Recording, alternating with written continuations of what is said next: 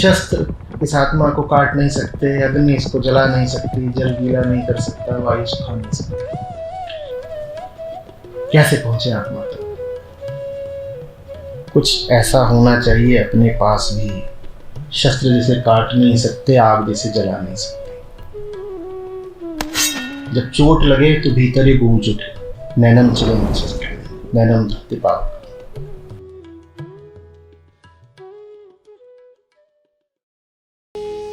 Darkness implicit in it, as in light, is the cause of delusion. Whence is difference in the supreme non-dual and unqualified reality? सत्य से ही सारे द्वैत निकलते हैं और द्वैत ही भ्रम है। जहाँ कहीं अंतर दिखाई दें, भेद दिखाई दें, वहीं समझ लो भ्रम है। जो कुछ भी अलग अलग दिख रहा है वही भ्रम है।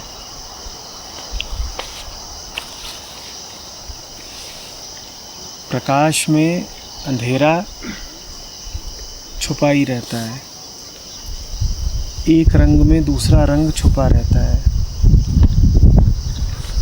होने में न होना छुपा रहता है। और यही जो नहीं देख पाता, जो अंतरों में जीता है, जो किसी एक की तरफ आकृष्ट रहता है और दूसरे से बचता है, भागता है, वही भ्रम में जीता है, वही परेशान रहेगा। ज्ञानी होता है वो चाहे जो कुछ देखे उसमें एक तत्व देखता है। और अज्ञानी की पहचान ये है कि उसको चीज़ें अलग अलग दिखाई देती हैं। चूँकि चीज़ें अलग अलग दिखाई देती हैं, इसीलिए उसके मन के भाव उतरते चढ़ते रहते हैं। Without consequent states, the precedent ones are fruitless indeed. Cessation is supreme satisfaction, matchless bliss is spontaneous. भविष्य न हो तो अतीत का कोई अर्थ रह नहीं जाता। पुराना तुमको इसीलिए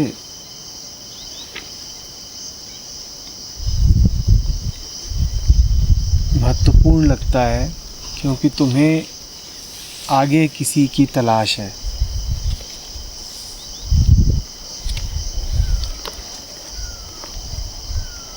अगर तुम्हारा आगे का होना रुक जाए, अगर तुम्हारी आगे की यात्रा रुक जाए, तो पीछे तुमने जो कुछ किया है वो सब भी अर्थहीन हो जाएगा। पीछे के से आते हुए सारे बोझ, सारे पाप, सारे दायित्व, सारी कमज़ोरियाँ कहीं नहीं रहेंगी। आगे की इच्छा ही पीछे के कर्मों का तुमको फल देती है। अगर आगे कुछ ना हो, शून्य, तो पीछे भी सिर्फ शून्य ही बचेगा। अभी तुमको अपने अतीत का सारा कचड़ा लेकर के चलना ही इसीलिए पड़ता है क्योंकि आगे की उम्मीदें और इच्छाएं बाकी हैं। फिर तुम तड़पते हो, परेशान रहते हो कि पीछे का इतना कुछ है, इससे मुक्ति कैसे पाएं। यही कहते हो ना, पुरानी यादें हैं, पुराने बंधन हैं, पुरानी जिम्मेदारियां हैं, पुराने कर्म हैं, इनसे मुक्ति कैसे पाएं। वो पुराने कभी तुम्हें बांधने आते ही नहीं। तुम उन पुरानों को पकड़ के रखते हो क्योंकि पुराने से ही भविष्य बनता है।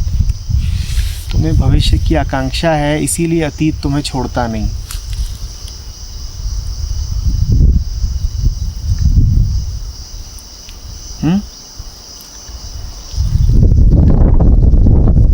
आगे की यात्रा रोक दो, यहीं ठहर जाओ।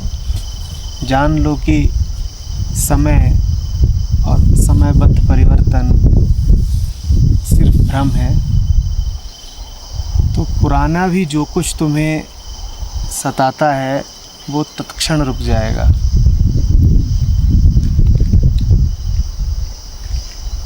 जिसे भविष्य के फूल नहीं चाहिए, उसे भूत के कांटे भी नहीं चुभेंगे। तुम सबको लेकिन फूलों भरा भविष्य चाहिए, इसीलिए अतीत के कांटे लिए फिर रहे हो।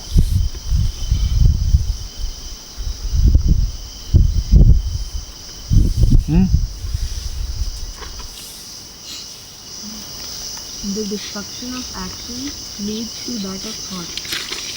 Then results the dwindling of innate impulses to act.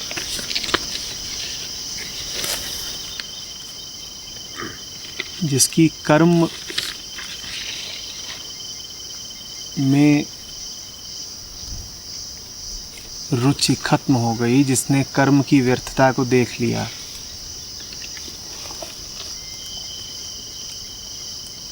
उसका मन चलेगा नहीं, क्योंकि मन अंततः कर्म को ही प्रेरित करता है। अगर कर्म से ही मन उठ गया है तो विचारों का चलना रुक जाएगा, और विचार ताकत पाते हैं वृत्तियों से। विचारों का चलना रुक गया है तो धीरे धीरे वृत्तियां भी साफ हो जाएंगी, और वही पूर्ण मुक्ति है।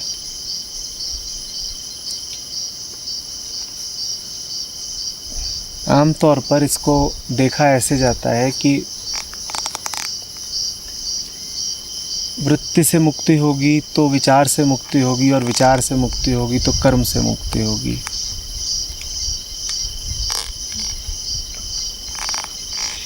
ऋषि के वचन एक विधि दे रहे हैं। वो कह रहे हैं कि वृत्ति को तुम सीधे तो देख नहीं सकते। वृत्ति प्रकट होती है विचार के रूप में, और चूंकि तुम्हारा मन स्थूल है, इसीलिए वो स्थूल को ही आसानी से देख पाता है। विचार भी अक्सर उसकी पकड़ से बाहर रहते हैं। विचार भी उसे तब पकड़ में आते हैं जब वो स्थूल रूप में कर्म बन के सामने आए। तो अंततः वृत्ति का होना तुम्हें दिखाई ही तब देता है जब वो कर्म के रूप में फलीभूत हो जाती है। तो ऋषि तुम्हें विधि दे रहे हैं। वो कह रहे हैं ठीक है, इतनी तुम में योग्यता नहीं है कि तुम सीधे जाके वृत्तियों के साक्षी बन पाओ और वृत्तियों की सफाई कर पाओ। तो तुम ऐसा करो कि तुम स्थूल से ही शुरू करो। तुम अपने कर्मों को देखो और कर्मों को ऊर्जा देना बंद करो। विचार तो तुम्हें दिखते ही नहीं, वृत्ति तुम्हें और नहीं दिखती, कर्म तो दिखते हैं ना। कर्मों के प्रति सजग हो जाओ। कर्म बड़ी मोटी घटनाएं, दिखता है तुम्हें, कुछ हाथ पांव चल रहे हैं, हिल रहे हैं, कोई घटना घट रही है, कुछ गतिविधि हो रही है। तुम इसी के प्रति जाग जाओ कि ये क्या कर रहा हूं मैं।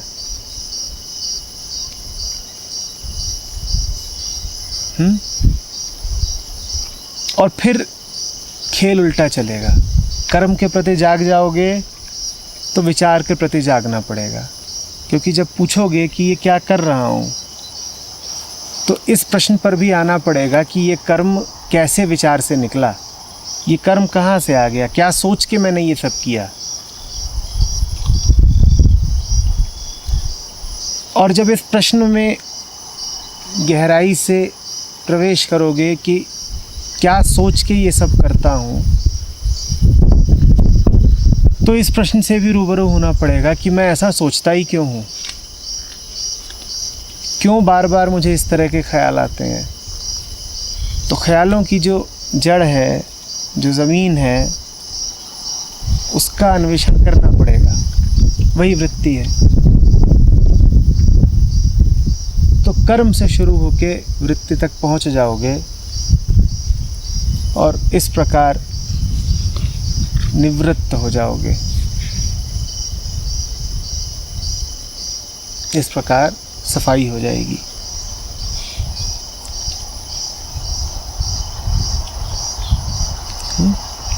ये है साक्षित्व के द्वारा समाधि तक पहुंचना।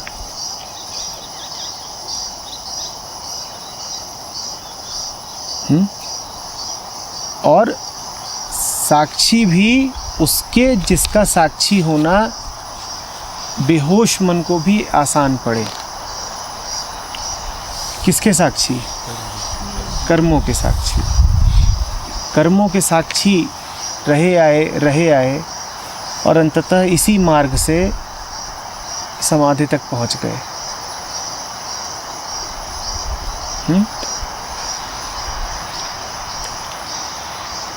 इसी को हम ऑब्जर्वेशन कहते हैं कि बस देखते भर रहो कि क्या कर रहे हो, और ये देखना ही तुम्हें कुछ का कुछ कर देगा। मात्र अपने आप को देखते रहने भर से तुम्हारा पूर्ण रूपांतरण हो जाएगा।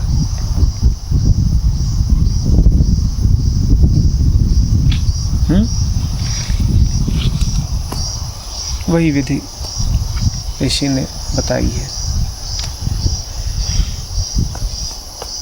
At all places and by all means, perceiving everything as spirit. तो perceive कैसे करेगा spirit?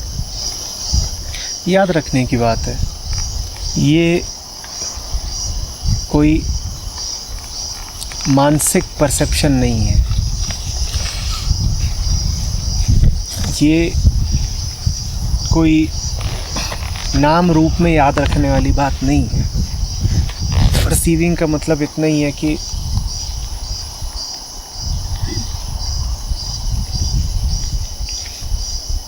जो आम परसेप्शन होता है वैसा नहीं परसीव कर रहे।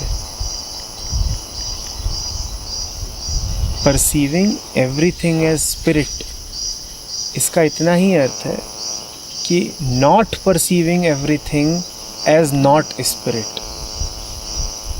अभी तुम कैसे कुछ भी देखते हो तो किस रूप में उसको परसीव करते हो, किस रूप में करते हो? अलग अलग कुछ कहते हो ना, ये पेड़ है, ये पत्ता है, ये पत्थर है।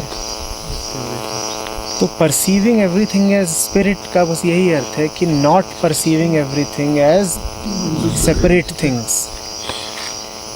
इसीलिए वास्तविक परसेप्शन को जो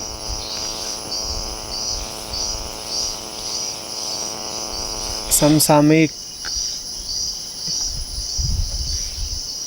बौद्ध साहित्य है जो अंग्रेज़ी में लिखा जा रहा है, उसमें उसको परसेप्शन को कहते हैं ए परसेप्शन। वो राइट परसेप्शन को कहते हैं a perception. To perceive rightly is to not perceive at all, that is to perceive the spirit. वो परसेप्शन के आगे ए लगा देते हैं, ए परसेप्शन।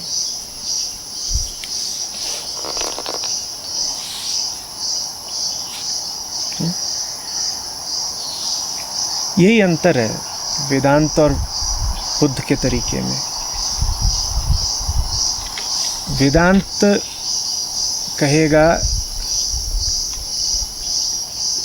कि तुम आत्मा हो, ये बात सही है, और बुद्ध कहेंगे तुम अनात्मा हो, ये बात गलत है। समझ रहे हो बात को? वेदांत कहेगा कि एकमात्र सही बात यही है कि तुम आत्मा हो, और बुद्ध आत्मा का नाम ही नहीं लेंगे। वो कहेंगे एकमात्र गलत बात ये है कि तुम अनात्मा हो।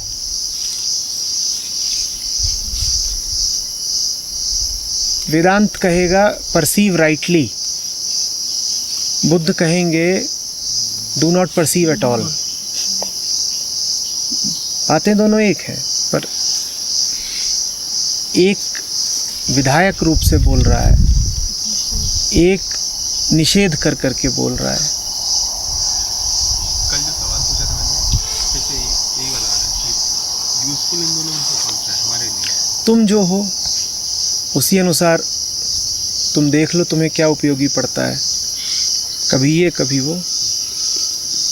तुम अपने लिए सीमा क्यों बनाते हो? तुम इधर से भी लो, उधर से भी लो। बुद्ध का ये मेथड ग्रॉस टू सटल है। बुद्ध तुमसे बहुत उम्मीद नहीं रखते। बुद्ध कहते हैं कि तुम्हारा पता है हमको, तुमसे ऊंची बात बोलेंगे तुम उसे गिरा के घटिया बना दोगे, तो हम तुमसे आत्मा की बात ही नहीं करेंगे। तुमसे आत्मा बोला, तुम आत्मा को भी कोई पदार्थ, वस्तु, विचार बना दोगे। तो हम तो तुमसे बस इतना ही कहेंगे कि तुम जो कुछ भी सोच रहे हो गलत है। तुम अपने आप को जिस भी रूप में जानते हो वो गलत है।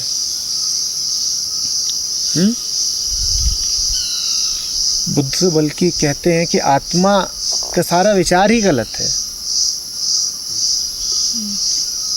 बुद्ध कहते हैं तुम अपने आप को जिस भी रूप में जानते हो आत्मा, वो सारा विचार ही गलत है, बात ही गलत है। कहते हैं जिसको तुम आत्मा समझते हो वो अनात्मा है। जिसको तुम आत्मा समझते हो, आत्मा माने स्वयं, तुम अपने आप को जो भी कुछ समझते हो गलत है। तुम अपने आप को जो भी कुछ जानते हो वो गलत है, वो है ही नहीं, वो शून्य है। तो कहते हैं कि तुम्हारी जो आत्मा है, जिसे तुम आत्मा कहते हो, वो वास्तव में अनात्मा है। आत्मा क्या है ये बुद्ध बताते नहीं।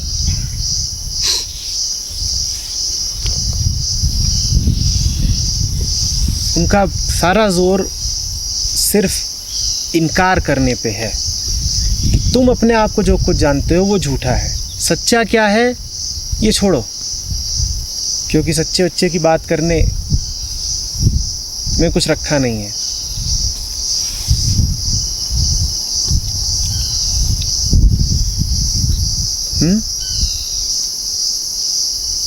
तुम्हारे लिए इतना काफ़ी है कि तुम भ्रम में हो।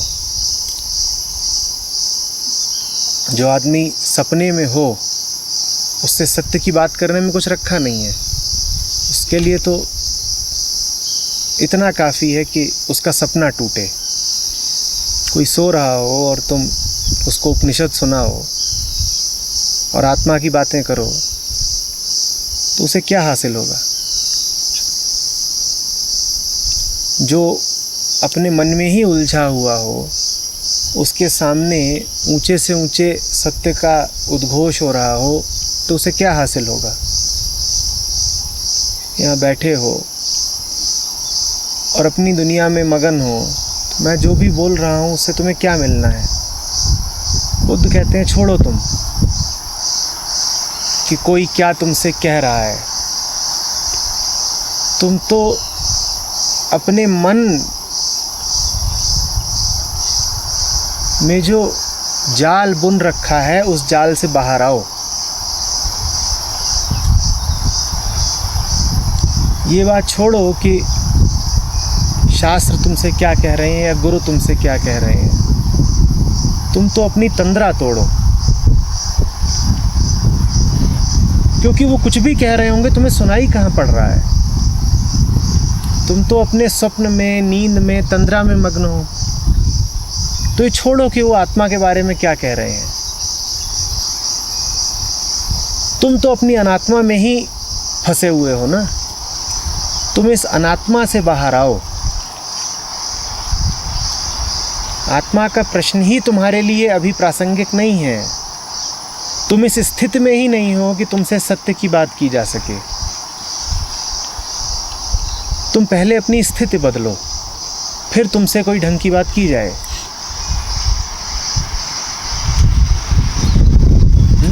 तो बुद्ध की ये दृष्टि है।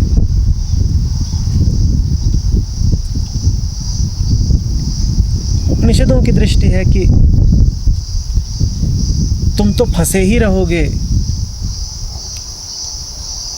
भ्रम में, माया में, जब तक तुम्हारे सामने सत्य का बार बार नाम न लिया जाए। तुम्हारी तंद्रा टूटेगी कैसे अगर तुमसे बार बार ओम न कहा जाए। दोनों ही बातें ठीक है। उपनिषद कहते हैं कि तुम तो फंसे ही रहोगे। जीव की प्रकृति ही है मन में उलझे रहना। अब अगर बार बार उसे आत्मा का स्मरण ना कराया जाए तो वो अपने भीतर ही बुने हुए भ्रम जाल को काटेगा कैसे, तोड़ेगा कैसे। जब आत्मा की पुकार आती है तभी तो स्वप्न टूटता है। पुकार आएगी नहीं तो स्वप्न टूटेगा कैसे। ये उपनिषदों की दृष्टि है।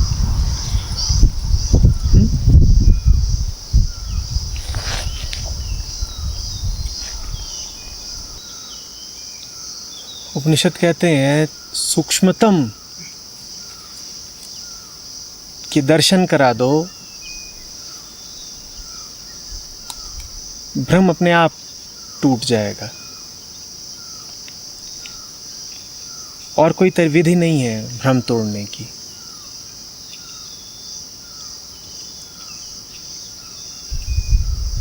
बुद्ध कहते हैं भ्रम तोड़ दो, सूक्ष्मतम तो उपलब्ध है ही। सूक्ष्मतम कोई विशेष वस्तु तो है नहीं जो लानी पड़ेगी, भ्रम तोड़ दो। दोनों बातें अलग अलग नहीं हैं, दोनों बातें एक साथ चलती हैं। तुम्हें दोनों ही उपलब्ध है। बुद्ध जो बात कह रहे हैं वो वास्तव में उपनिषदों में समाई हुई है। वो कोई अलग या विशिष्ट बात नहीं है। एक तो होता है कि आपको पता ही नहीं है आप क्या कर रहे हो। ऐसे बहुत टाइम तक यही मतलब समय में हो रहा है तो यही चल रहा है। उसका कर्मफल का क्या है, मतलब समझने में दिक्कत ये है कि आपको पता है, आप ऑब्जर्व कर रहे हो, आपको कुछ दिख रहा है, उसके बाद भी आप एक्शंस वही पुराने करते जा रहे हो। नहीं, पुराने करोगे नहीं। तुम अभी बात करी थी कि पुराना अपने आप को तभी दोहराता है जब आगे की हसरतें और सपने होते हैं, नहीं तो पुराना अपने आप को दोहरा नहीं सकता। जब बिल्कुल ही सोए हुए हो उस वक्त जो काम करते हैं, जिसको आप सोया हुआ होना कहते हैं, वो भविष्य के प्रति जगा हुआ होना है। सोया हुआ इंसान भविष्य के प्रति खूब जगा हुआ रहता है। कल ये करूँगा, परसों ये करूँगा, फिर ये तरक्की होगी, फिर ऐसे फैलूँगा, फिर घर द्वार होगा। वो खूब जगा हुआ है। उसी जगे हुए होने को तो सत्य के संदर्भ में सोया हुआ होना कहते हैं। जो भविष्य की ओर जितना ज़्यादा देख रहा है वो तात्विक दृष्टि से उतना ज़्यादा बेहोश है।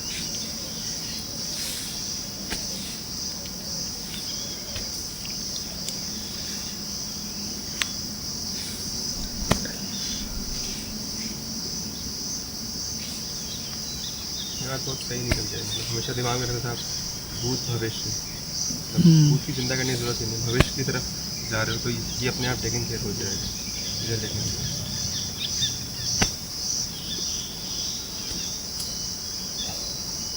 समय तो एक दिशा में जाता है ना। तुम्हें चिंता भविष्य की ही रहती है।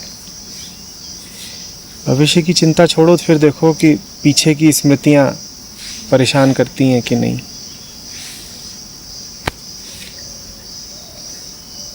परवाह तो आगे की ही कर रहे होते हो ना, तुम्हारा कर्म तो हमेशा आगे की ओर ही उद्यत रहता है, पीछे की ओर तो नहीं होता। ये तो नहीं कहते कि पिछले साल में वापस जाके कुछ करके आऊँगा, हमेशा अगले साल की ही सोच रहे होते हो।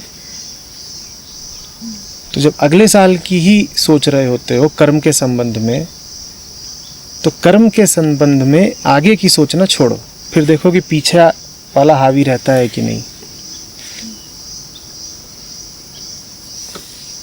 पर ये फिर बोल सकते हैं इच्छा ना हो तो फिर प्रारब्ध कर्म नहीं होगा।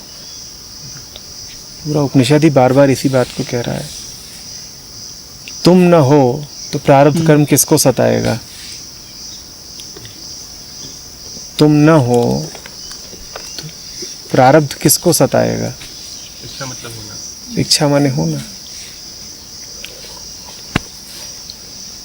और संचित कर्म भी अपने इफेक्ट में डालेंगे। अरे जितने भी हैं वो सब एक ही हैं।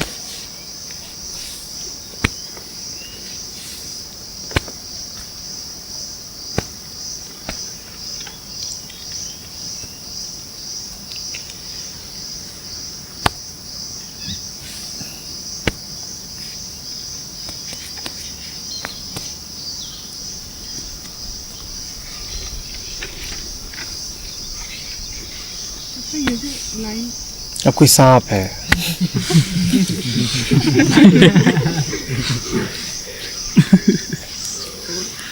वो किसी को डसे, पर जहां डसा वहां वो था ही नहीं तो जहर कैसे लगेगा। यही है सारा खेल।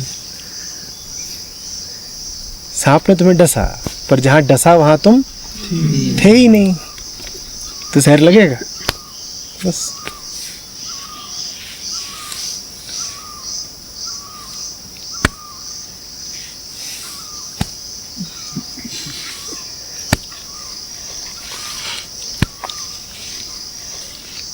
अभी पहले बात कर रहे थे डिस्कशन में, तो फिर सांप डसेगा तो बॉडी है तो पेन होगा बट सफरिंग नहीं होगी, ऐसा कह सकते हैं। तुम क्यों इस चक्कर में लगे हो कि कुछ होगा। तुम क्यों इस चक्कर में लगे हो कि कुछ तो परेशानी होगी ज़रूर, पेन तो होगा, सफरिंग नहीं होगी, कि क्या होगा क्या नहीं होगा। कुछ नहीं होगा, कुछ नहीं होगा। तुम जितना मिटते जाओगे उतना तुम्हारा दर्द भी मिटता जाएगा। ये सब भेद करने की ज़रूरत नहीं है कि पेन होगा सफरिंग नहीं होगी। ये सिर्फ छुपने के बहाने बन जाते हैं कि कोई तड़प तो रहा है पर कह रहा है I am not suffering, I am just in pen. अच्छा साहब,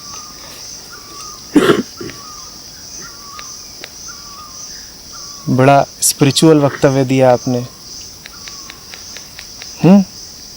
ये सिर्फ अपने आप को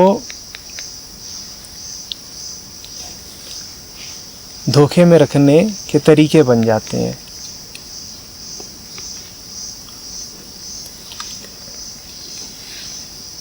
जैसे एक साहब थे वो कि डिटैचमेंट तो बिल्कुल ठीक है, but detachment should be loving detachment. तो उन्होंने अपनी ओर से एक पुछल्ला जोड़ा कि डिटैचमेंट में भी लव होना चाहिए। अब जो बात न बुद्ध को सूझी, न महावीर को, न उपनिषदों को, वो इन्होंने जोड़ दी। लविंग डिटैचमेंट, ये कुछ नहीं किया इन्होंने, सिर्फ तुम्हें बहाना दिया है डिटैचमेंट से बचने का। कुछ दिनों में ये और बोल देना attached detachment.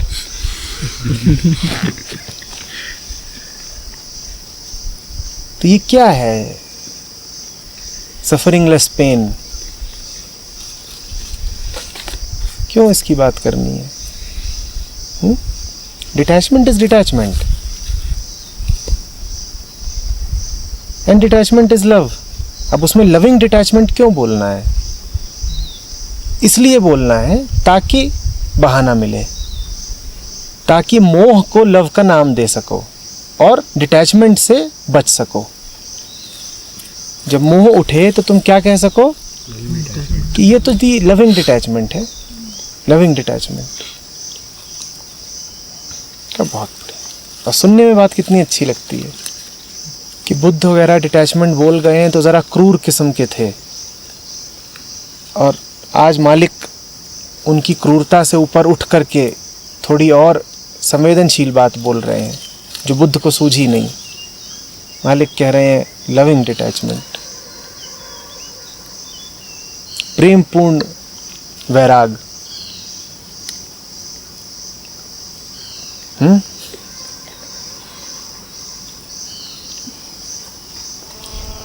Sir loving detachment तो पॉसिबल हो ही नहीं सकता ना। डिटैचमेंट अपने आप में लव है। मैं कह रहा हूं कि जब इस तरह की बातें करी जाती हैं लविंग डिटैचमेंट, तो उन बातों का एक ही औचित्य रहता है कि किसी तरीके से डिटैचमेंट को ही गंदा कर दिया जाए। अन्यथा वैराग्य अपने आप में प्रेम है, उसमें अलग से पुछल्ला क्यों जोड़ रहे हो? ये वैसी सी बात है, कोई बोले कि आई लव यू प्योरली, तो ये इम्प्योरली लव क्या होता है?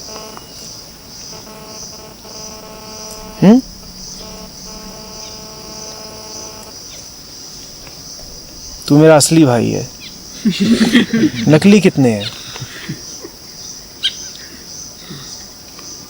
प्लास्टिक वाले। Blind faith. ब्लाइंड फेथ, ये क्या चीज होती है? ब्लाइंड फेथ क्या होता है? Unconditional love. Unconditional love. अरे लव माने लव, कंडीशनल लव। अंधश्रद्धा तो होता है ना, मतलब जैसे प्रैक्टिस वो श्रद्धा ही नहीं है ना, फिर उसको अंधश्रद्धा मत बोलो, उसको अश्रद्धा बोलो। ऐसा लगता है श्रद्धा के दो प्रकार हैं, आंखों वाले और अंधे वाले। ये अंधी श्रद्धा कौन सी होती है? फिर तुम्हें श्रद्धा से बचने का बहाना मिल जाता है। तुम कहते हो देखो अंधी वाली नहीं करेंगे, आंख वाली करेंगे, और ये आंख क्या है? मन। तो अब मानसिक श्रद्धा कर लो, तुम बड़े होशियार निकले। तो इस तरीके के जब भी फ्रेजेस आए ज़रा सतर्क हो जाया करो कि मन इस तरह की बातें क्यों उछाल रहा है। कोई ना कोई तो साजिश उसने रची है।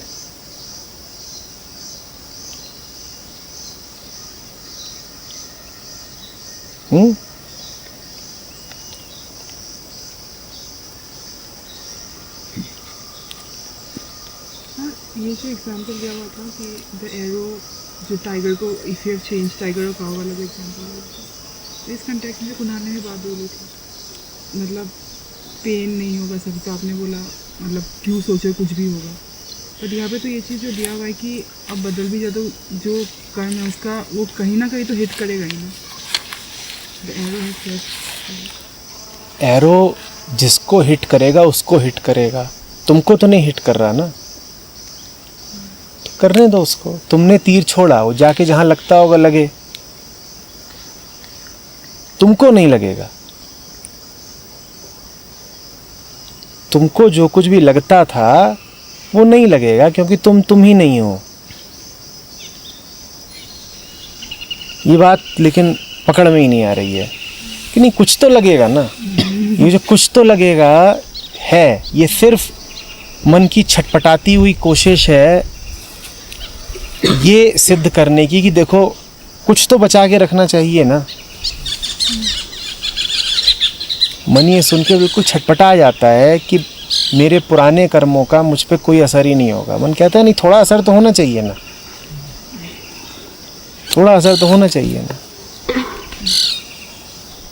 अहंकार की तड़प देखा करो जब उस पे सत्य का वार होता है, जैसे छिपकली की कटी हुई पूंछ देखिए,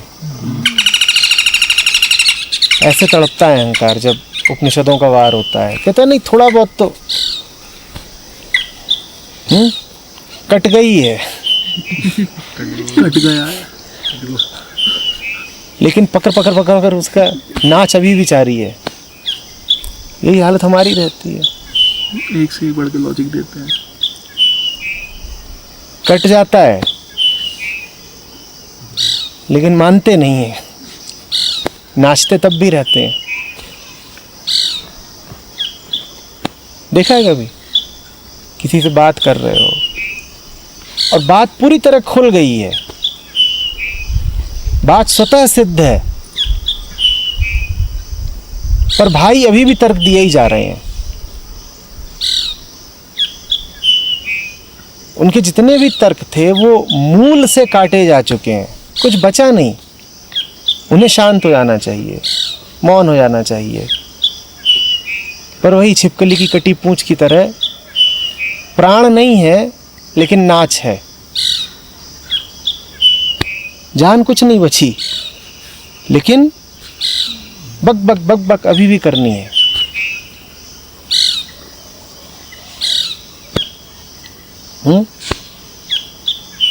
ऐसे ही होता है अहंकार।